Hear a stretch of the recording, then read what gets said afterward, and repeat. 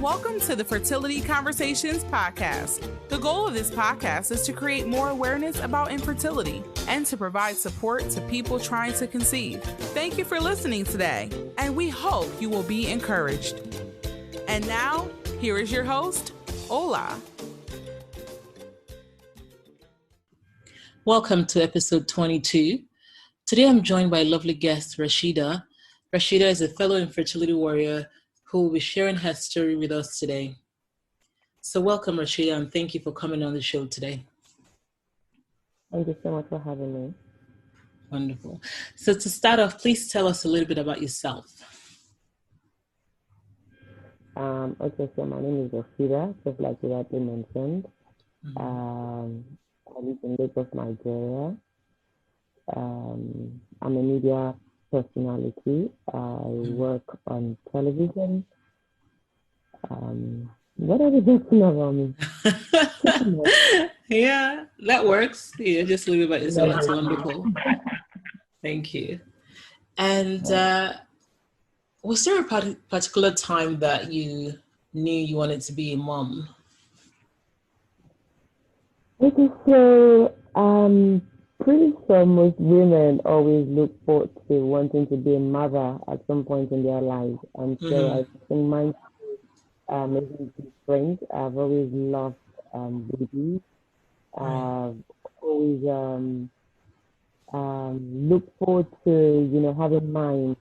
Right. And so I went into marriage with that mindset, not thinking there could possibly be any reason why I shouldn't be a mother immediately. So I'll say I've always wanted to be a mom, right from when I started thinking about marriage.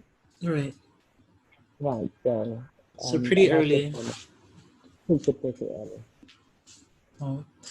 And so, of course, today, since you're here to talk about your journey to becoming a mom, can you tell us about your journey from when you did get married till when you became a mom? Okay. So, tale. Right, tale. So I got married in 2004. And of course, I didn't think I wasn't going to get pregnant 6 months down the line.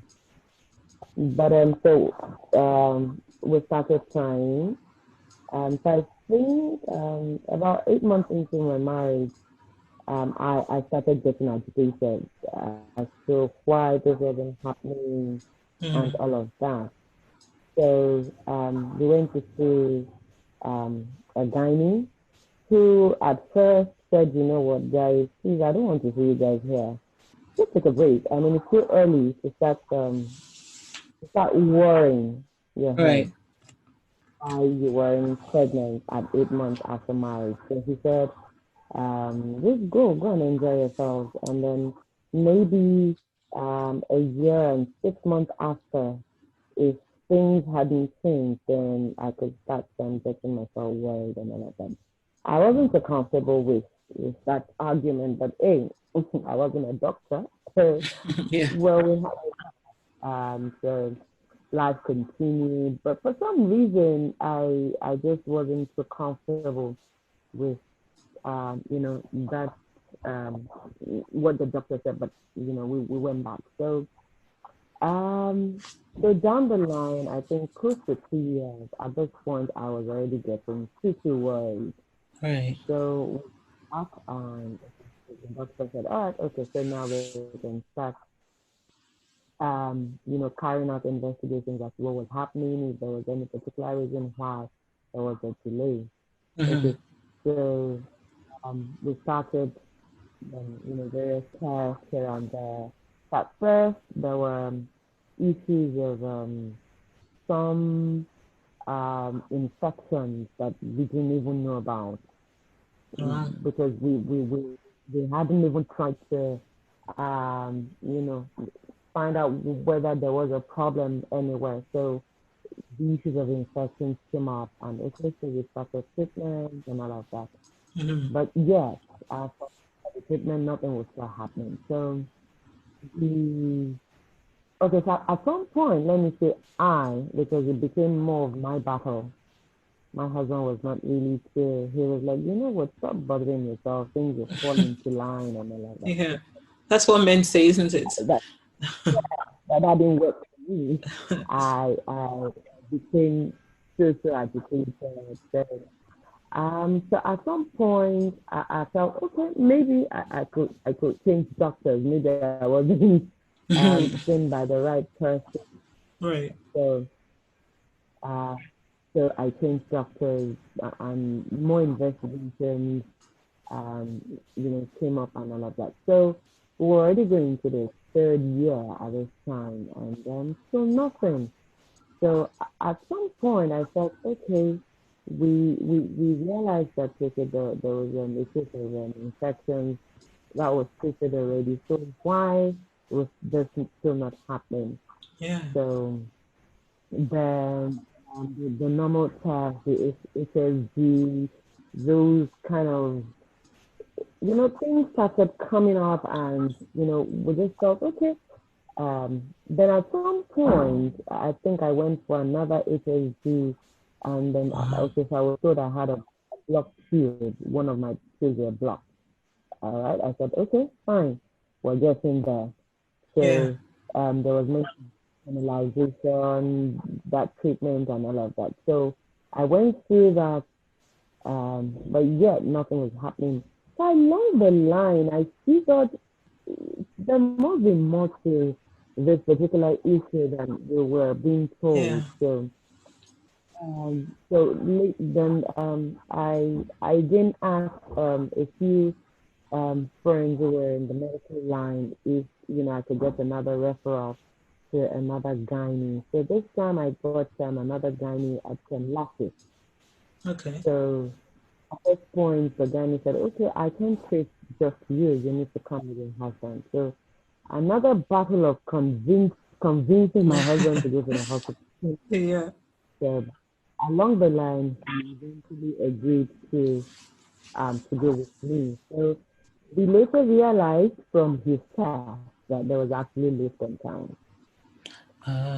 So so he didn't take it easy at first because he was more like, no, this isn't happening, blah blah blah blah blah. So but then later, after so much pleading, after so much begging, he decided to run another test, which also came back with the same results. Okay, so then it was more like, okay, so you need to start treatment. So that was another battle entirely. That treatment wasn't forthcoming. So at that point in time, my younger sister got married along the line and she had a baby. So then her line of work was one that didn't give her. So she was caught in between resigning or taking care of her baby. So I said, you know what? I have the time. I can do this for you. So I made them bring the boy to mine every morning. Wow. So we went to get together. I was practically, it was more like, okay, so this was like a comfort zone for me. More like, okay, if I can't have mine, then I can take care of someone else's. And so that for me was like a shield. So that happened for up until he was 2 years, and then they had another baby, and she decided to resign. And so she started taking care of her kids herself. I was back to my reality. Yeah. So at this point, I think this was about maybe the 6th year of my marriage. Wow. So at this point, I started getting angry, not at myself, but at my husband. That what, it looks like I'm in this alone. You're not too, you're not as agitated as I am. Yeah. So we need to start. We need to decide what exactly we want. Do you want to make this work, or is this just about me? So it was a running battle. And so we started arguing a lot. We started fighting a lot. We started And so there was a crack. Right. Uh, so, then this resentment started coming.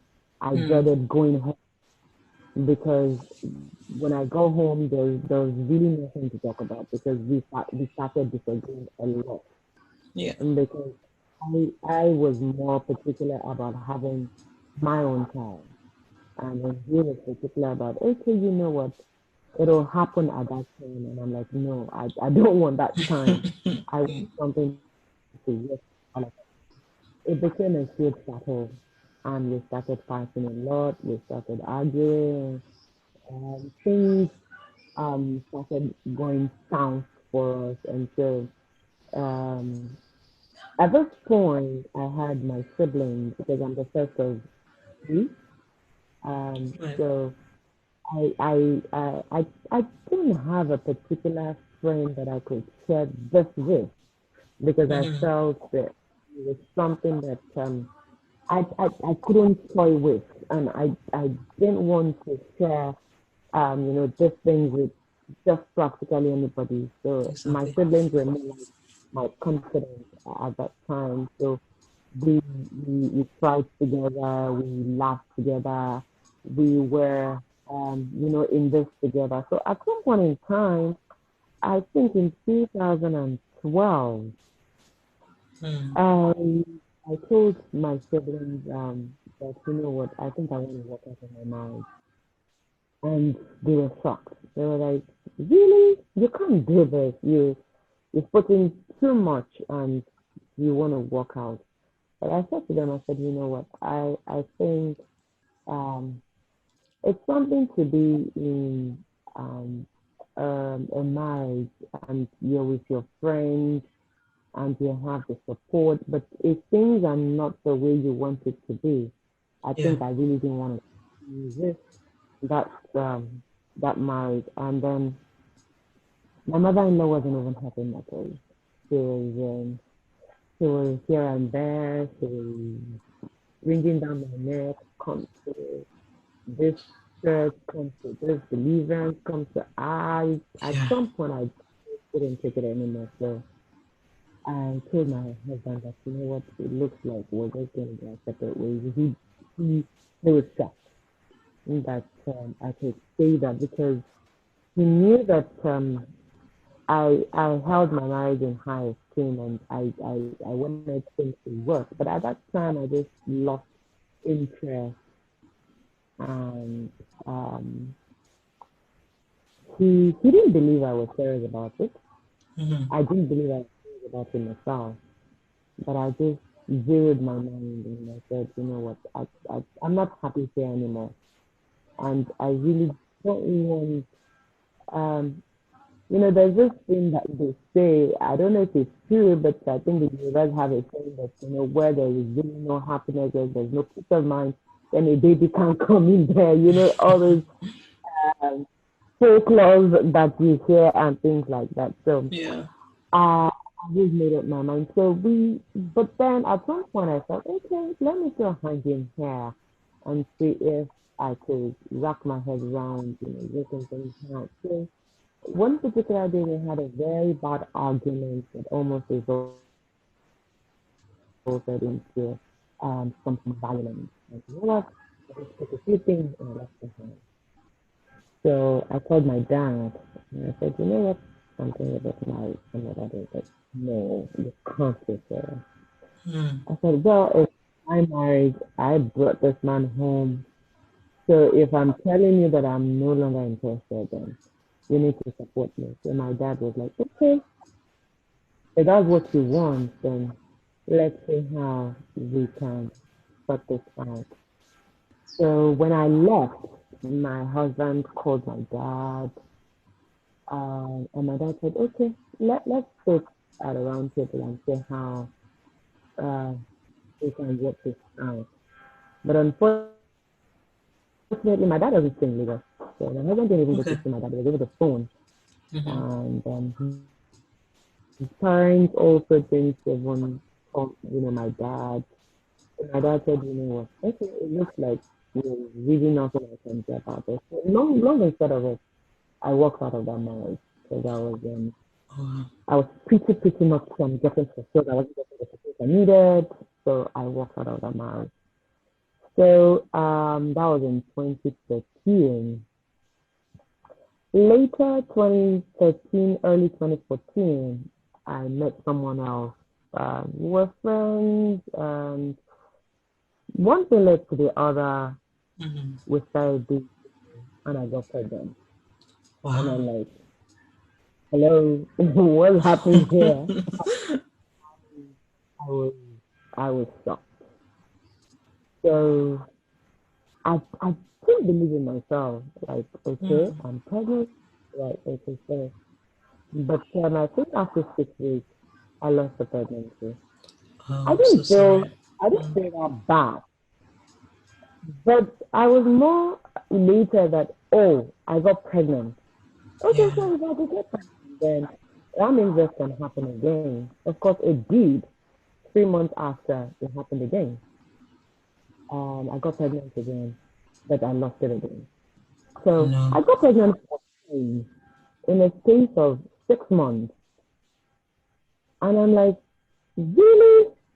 9 years, nothing, and in 6 months this is happening. So that set me on another. I just got thinking. So after the fourth pregnancy, and I lost it, for another 2, I didn't get pregnant again. So I knew, okay, all right, so it's time to seek help again. So I stayed at hospital. So we ran tests, and at that point in time, it was now a fertility clinic. Okay. So then I was told that at that point in time that my eggs were already depleting. Right. So it was best I did an IVF just so, because if I got pregnant again, there was every possibility that I could lose it again or have um, some complications. So I don't care if that's the route to go, then let's go. So that was how the IVF cycle started. So I did the first one. It failed. So that got me really, really pretty devastated. Yes. That after everything, and then I said, okay, you know what? I'm not even ready to try again. And my mother said, why don't you want to try again? I mean, it worked. So let's give it another push, and let's see if it will work again. So I said, okay. I tried to put myself in that frame of mind again for another round of cycle, and lo and behold, cycle worked. And so Wow. these 2 boys. Oh So my. Congratulations. That's amazing, isn't it? I'm so sorry about your losses. They're not right words for that. But it's totally amazing, and thank God now you have 2 boys, twins. Wow. And you know how we love twins in Nigeria. That's such a big deal. That's amazing what you went through. Sorry? I said it's such a big deal to It have twins in is. Nigeria. It is. It's also interesting when I read it on the internet. People say, no, you want to make sure they avoid multiples, because of potential complications and all that. And of course, we know those exist. But it's just that in Nigeria, we don't even remember any of that. It's just like, oh, I want twins, I want triplets, So Okay. it's beautiful. Congratulations. That's amazing for your rainbow baby boys. I mean, you went through so much. It's amazing how you were very firm though and advocated for yourself, even with the clinics, and also being so sure and stating that you wanted to have kids, and you were not getting the support you wanted. Right. You advocated for yourself, which is just truly amazing, because sometimes we men don't do that. Yeah, and I think that's one of the major problems that women have, especially in a society like Nigeria, where Yeah.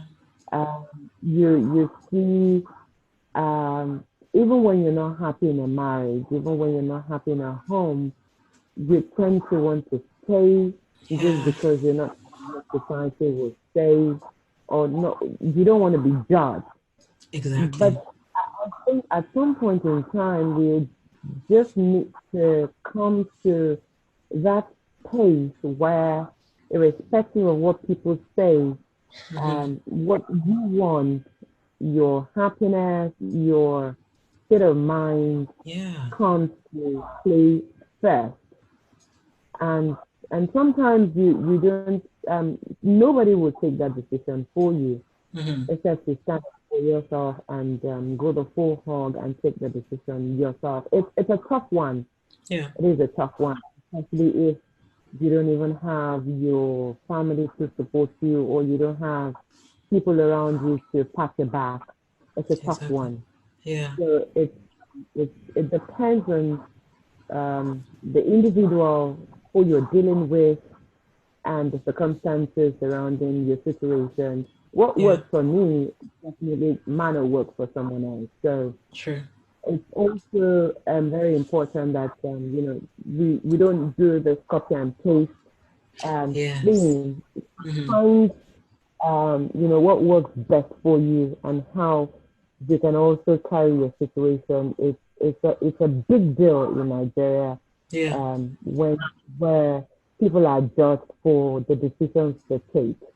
It's a Yeah. big deal. It is. And we hope that that will change with people hearing more stories and just creating more awareness, because in reality, all those other people that keep judging you and making all those statements, they're going to live their own lives and they have their own issues at home as well anyway. So it's ridiculous to have people just focus so much on other people's decisions that don't actually even impact them. Yeah. So, but there's something you also noted early on in your conversation, when you noted that uh, your husband at the time didn't want to go for testing. Now, I know this is something Mhm. also very popular in Nigeria, and maybe other places as well. Many times the men don't want to go for testing. They always believe they're fine. Nothing could be wrong with them, right? Because if there's any issues at home, like in terms of getting pregnant, it should be the woman, because that's what we always focus so much on. But in Yeah. reality, there can be Yeah. issues with the man. Yeah. Most times, well, maybe about I don't want to put percentage, so I don't run foul of but most times you realize that you have more male factor Yeah. dealing with infertility than the female factor. But because it's also a thing of ego, so Yes. men don't want to let go. Mm-hmm. And I've also realized that sometimes, or majority of the time, they know. It's interesting, They right? know Yeah. that they know that they have um, those issues. Wow. So they try so hard to hide and try to divert attention and Mm-hmm. make it look like it's a woman. Wow. So it all depends on how much we want to keep covering up Yeah. the situation. But also it depends if we all start speaking out and stop covering up, Yeah. then things will begin to get better. Because if you know that it's a male factor and you cover up, you get to take the blame. Yes. You get to be looked, scornfully, and you get to be mocked. Yep. But if you know it's a male factor, and you also say it out. If I mean, not to everybody, Of but course. I Yeah. mean, say it to the family. Let them know that you know what, this is not just about me. So at their own privacy, at their own conveniences, then they begin to drum some sense of reality into those responsible, that you know what, you also need to seek help. And Yeah. the thing about it is that with help, There's help. Exactly. There's help. Help. There's help if people to embrace help. So it's not a dead end. And sometimes the fact that it's a male factor doesn't mean it even needs to result into a cycle or into ART. I mean, sometimes they get by with treatment, and sometimes when the right things are done at the right time, Yeah. they pull through. But the delay itself is something that is quite worrisome, because if you delay for so long, then it gets to a point where um, it can't even be used anymore, even for a cycle. Yeah. So it's I mean, the male factor thing is something that we need to also raise consciousness into. Yeah. Yeah. So true. So like you said, delayed denial is just not helping anybody. And like you rightly said as well, it can be treated. So it's not like something that can be resolved. It can be if you seek help early enough. Early. Yeah. So hopefully with more stories coming out, we also have more conversations about this so we can change things and make things much better for our future generations. Right, because I also realized that more awareness, and so people are beginning to know more things. I mean, backtrack to 10 years, we probably would not have been able to host this conversation. I know. Right? With more awareness, and so people are becoming more, damning the consequences. So who cares? Yes, let Yeah. people know about what is happening. So I think we're growing. We're getting more matured. Hopefully, conversations like this, and with more exposures, then Yes. we will begin to get better stories Yes. from individual homes in years to come. Exactly. Well said. Thank you. So I know that you talked about your sisters being such a huge support system while going through this whole journey. Did you have friends as well, or was it just through your sisters and family that you sought support while trying to become a mom? Yeah, I think I sought support more from my siblings, just like Mm-hmm. I said. Um, so sometimes I could also be a very private person, Mm-hmm. and so I was also very particular about who I spoke with, Yeah. or who I shared my issue with.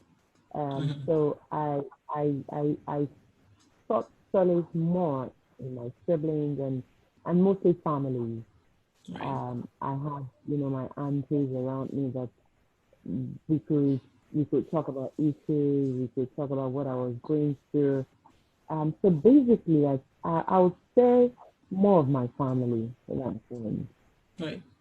And it's so true. It's so important being sure the people you communicate with and confide in, because obviously it's such a sensitive topic, and you don't want Yes, people just giving you wrong advice or getting the conversation to every other place they can about it. So yes. that's very important as well. Was there any point in time that you said to yourself that, you know what, I can't do this anymore? Maybe this, I just want to stop trying? Because I know that Yeah, you noted that your husband pushed you as well to say try again. So I wonder. yes, so after the first cycle. Okay, so before the first IVF, I also had 3 IUIs. Oh, wow. So so after the first IVF, I'm like, you know what? I'm done. It's fine. It's let me continue to live my life. It's not a sin if I'm not a biological mom. I Yeah. mean, I can be mom to whoever. Mm-hmm. So I said, I'm not sure I wasn't ready to go through um the cycle again. I wasn't ready. I was quite devastated, because maybe I was too sure that one time it was going to work. Yeah. So just, I relaxed and I thought, you know what? I think I got it this time. But when it failed, it set me back a bit.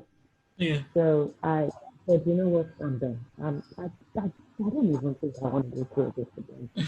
So I gave up for at that time. But my husband said, you can't give up now. I mean, you can't too far to give up now. But I said, you know, I don't think I want to go through this treatment anymore.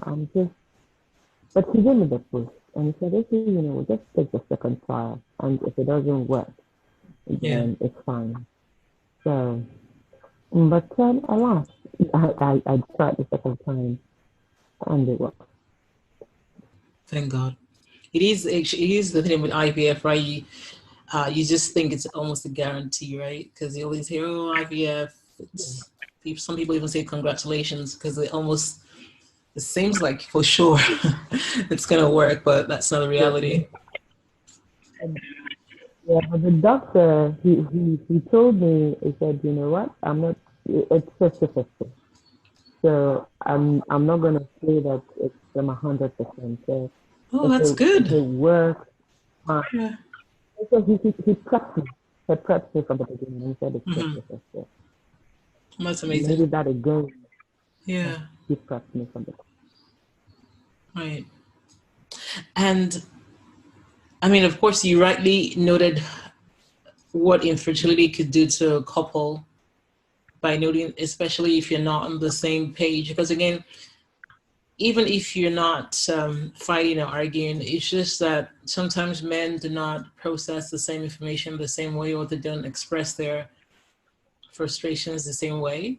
So it seems sometimes it can seem like the woman is really, really pushing, and the guy might seem like, you know what, it will happen when it's supposed to be. So yeah. you And I think highlighted, personality plays a big role here. Sometimes some people are just laid back and they're not as pushy. Yeah. Maybe some men are just not as pushy as women sometimes. Yeah. But again, I think sometimes some are just they just have this attitude of, you know what, okay, at at at the time, and you know we're touchy, not or maybe church isn't the word to use. We tend to play church or we tend to play God sometimes Yeah. when things like this when you say, oh, just let's wait on God, let's have a good time. But again, if one does anything, if one trying, if we're not putting effort, Yeah. then I'm not sure God Himself will, you know, set up to do anything if you're not trying to make things work yourself. Yeah. So it's a huge one even for couples who don't understand or who are not wouldn't have the same level of processing things. Over it's going to be pretty difficult. But I also think along the line, some some get a hang of it in Yeah. between the balance and make things work. Exactly. So it depends on Couple. the person at play. Yeah. And you did mention something very important, actually, especially since, in our culture in Nigeria here, when you say that it will happen when God wants, and sometimes we don't try to seek any form of treatment, and it might be something so simple that needs to be resolved, and we just stay at home. So it's interesting, but for other things, we don't say that. Like, I mean, if someone has, I don't know, typhoid or malaria or whatever it is, they go to the clinic. But then if it's for something like this, they're like, no, don't play God. So it's weird, but somehow we need to change that mindset that seeking treatment doesn't necessarily mean you're playing God. Also sometimes there's always this don't talk about it attitude that also comes with infertility. So you're always just off around, people And sometimes you're not sure if you could actually make suggestions to people Yeah, of who you course. think are going through this kind of thing, because it could be misconstrued. And Exactly. so sometimes you have this um, don't talk about it attitude Mm-hmm. surrounding fertility. So I think it's still a big issue It here. is. Uh, and gradually, it's God gonna will, be yeah. over. True.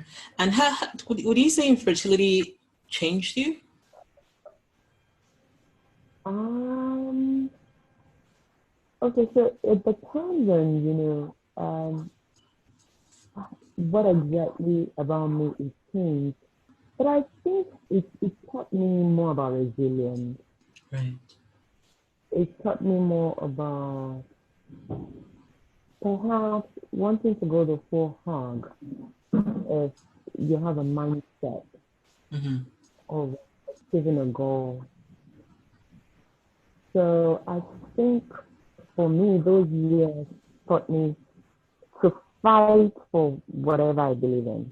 Yes. Mm-hmm. Perhaps if if I didn't have that fighting spirit, then I probably would have given up a long time ago.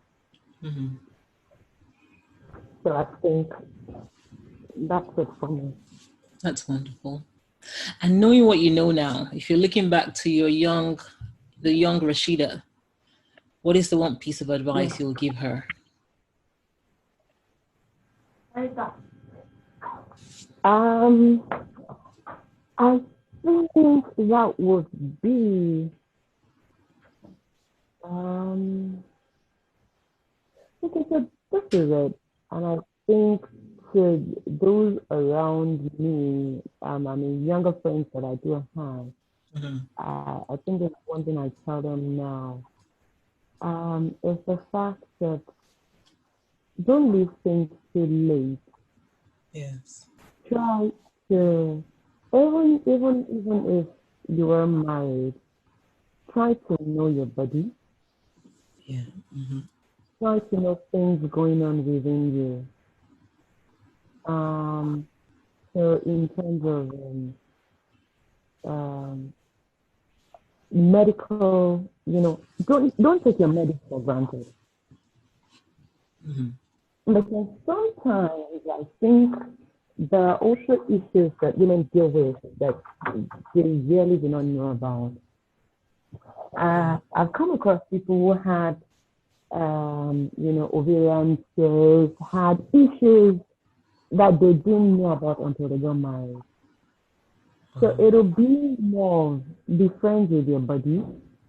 Try to, know things going on within you. I think I also would say that um, I wasn't too keen about things like ovulation, things Right. like monitoring my cycle appropriately. Yeah. I think I left these things for too long before taking full note or making mental note of them. I guess there are some things that I probably would tell the younger Rasheeda to take note of. Just know your body as a woman. Mm-hmm. Know the things happening, within you. Perhaps Yeah. it could also make one know on time if you had issues that you were dealing with. So true. That's so So, important because, like you rightfully said, we just, when you're younger, you just think, well, as long as my period comes and I'm not having any sex anyways, I'm fine, whatever. Whenever it comes, it yeah. comes. But we don't So realize that all those things have an impact and they play a role, and we should be there are paying more times attention to it. Sorry? you're also open to infections that necessarily are not Yeah, STIs, and you exactly. never know, and Yeah. you never know. Um, I think those are some of the things that would cut it for me. Also, that's so much wisdom. Thank you for sharing that. And if you had one quote or word of affirmation that kept you going through your journey, is there one you'd like to share? I just say that would be the fact that my siblings always told me that you'll make a great mom. And so I kept that at the back of my mind, and I said, you know what? If others um, could see that in me, Yeah. then I had to start saying that about myself. Yeah. And so whatever avenue I had to prove to myself that I could be a great mom, I did that. So, I just saw that, okay, perhaps if one day I eventually became a mom, Yeah. then this shouldn't be new to me. So I think that kept me going, and that's it. That's wonderful. It's a wonderful affirmation to keep making. And yes, you're a great mom. I'm sure of that, because you taking care of your sister's kid every single day for 2 years, knowing fully well that you were trying to have yours. That's amazing. That's such a selfless thing to do. So that's amazing, and I'm sure they were right. And you're a great mom. That's a wonderful affirmation to have daily, especially during this infertility journey. And as a wrap up, Rasheeda, are there any words of encouragement or hope for any other person or other couples currently dealing with infertility? That would be to seek help, because I think technology has made things a whole lot easier. Mm-hmm. Yes, it can be expensive, because we're all different, and but there's no harm in starting small. Right. Seek help. There's help now more than ever, and everyone can be a parent now. I believe that so well. There's so many things out there that can be done to achieve this particular state. So seek help, seek help, seek help. That for me is the most important thing. And we'll continue to be hopeful, and we'll continue to put our trust in God that we all will be wonderful parents. But then seek help and believe in God. That'll be it. Thank you so much. Those are amazing words of encouragement and advice. We do need to seek help more. So thank you for reminding us of that. Thank you so much, Rasheeda. It's been amazing having you on the show. You have shared so much wisdom. You have enlightened us in so many ways. You have reminded us of things we need to change in our homes, in our culture, in our society. And your strength and testimony has been really inspiring. I'm sure so many women and men out there will be inspired. And your story would help to renew their hope and help them to advocate for themselves and to push forward for what they want and seek to achieve that. So thank you, Rasheeda. It's been a pleasure having you on today. Thank you. Thanks for joining us this week on the Fertility Conversations podcast. If you enjoyed this podcast, please give us a 5-star rating and subscribe. Follow us on Instagram at Fertility Conversations. If there are any topics you would like to have discussed, please send an email to fertilityconversations@gmail.com. Be sure to tune in next week for our next episode. Thank you again for listening. Take care of yourself and do stay hopeful.